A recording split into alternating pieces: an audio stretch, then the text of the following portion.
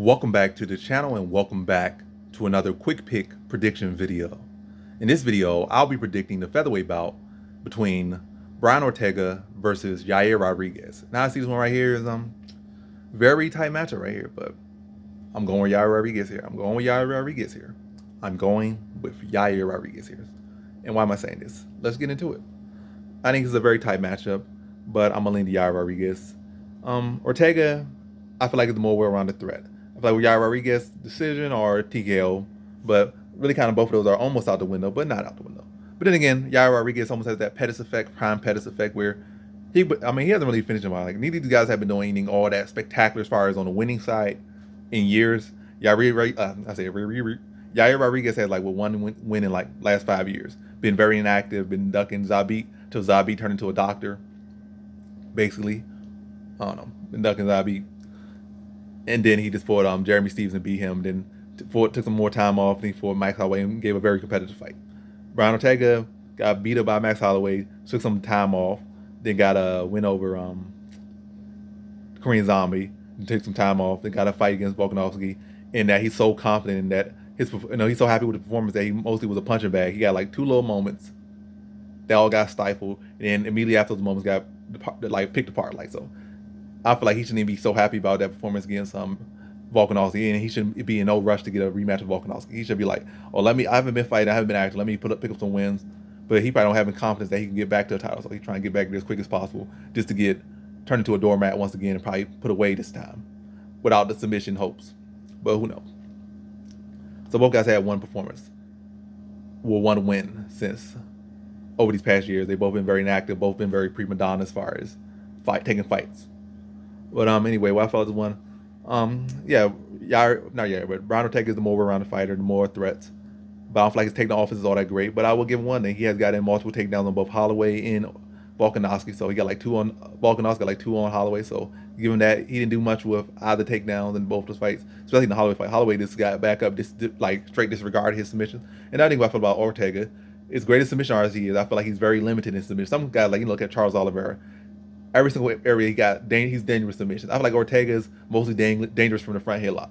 That's where he's like kind of similar to Tony Ferguson, which Ferguson got good triangle choke as well, but that's mostly off the elbows, elbow you to submission to you just give up the like scraping your skull off, the meat off your skull, and then you just kind of give in and he tap you out. Well, prime Tony Ferguson had a little front head like the Darcis and the guillotines, and then he had the triangle off his back. But I feel like Ortega's kind of limited to that front choke. Haven't really seen him do too much with the back.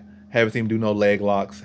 Haven't really seen too many arm bars. Haven't really seen too much. And also, he hasn't got a submission win since 2017. So, and I think Yair hasn't got a TKO win since like 2017. So, both of these guys are very lacking in finishes. But I'm gonna go with decision here for Yair Rodriguez.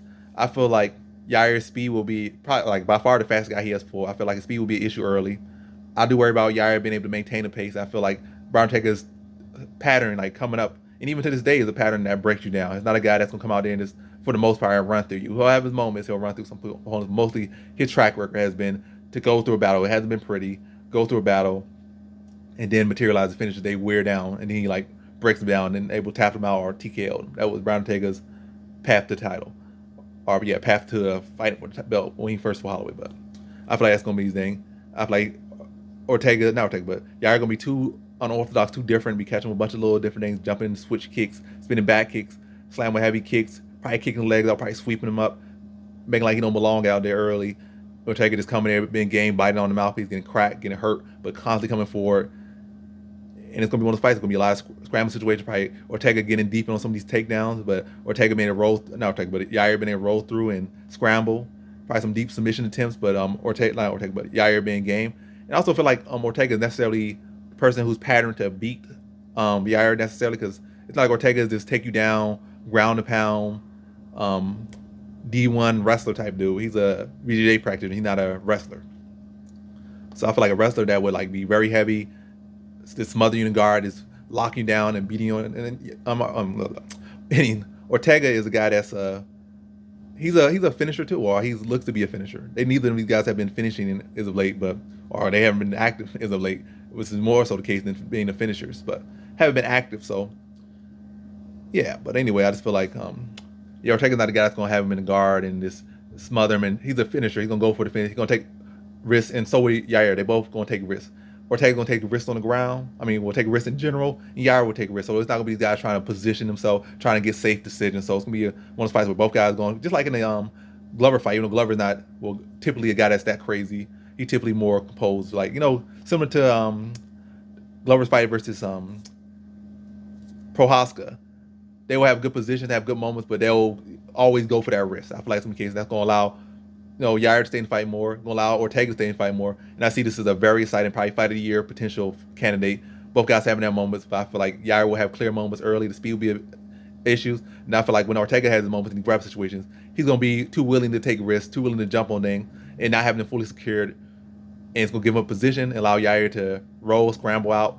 And Yair is no slouch in the grappling. Now Yair's issue is not jiu-jitsu. His issue is not this, not that. It's a strong, heavy wrestler that could take him down like similar to what Frankie Edgar did. Crowded space, smother him, and beat him, like pound on him. But yeah, it's a tight matchup, but I feel like Yair's speed will be an issue early. And I still feel like he'll be game later on.